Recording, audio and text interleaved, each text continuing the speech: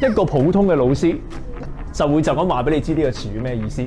但係風 Sir 係咪一個好普通嘅老師？我係一個好強嘅老師，所以我會加啲額外俾大家聽。如果真係當我哋考試嘅時候，你冇風 Sir 咁可靠嘅人喺你身邊，冇人俾你問字啦，咁我點樣可以解得明呢隻字呢？風 Sir 教你一個必殺，你就不要理他，看他前後。同學仔，咩叫做不要理他，看他前後呢？我當你唔識呢隻字好嘛？就係話呢，其實我哋細個學中文呢，我哋係咪打開本中文書學㗎？其實唔係㗎，我哋 BB 嘅時候，我哋冇中文書嘛，點解我哋會識字啊？我哋係喺當時嘅情景下學㗎嘛。你細個嘅時候都未戒奶嘅時候，點解你會知抱抱真係抱起你啊？因為媽咪每次都同你講抱抱，跟住阿媽就會過嚟做咩事啊？你當係媽咪啊？就會好可愛咁抱你起身，咁你咪喺呢個情景下知道抱抱真係抱起你咯。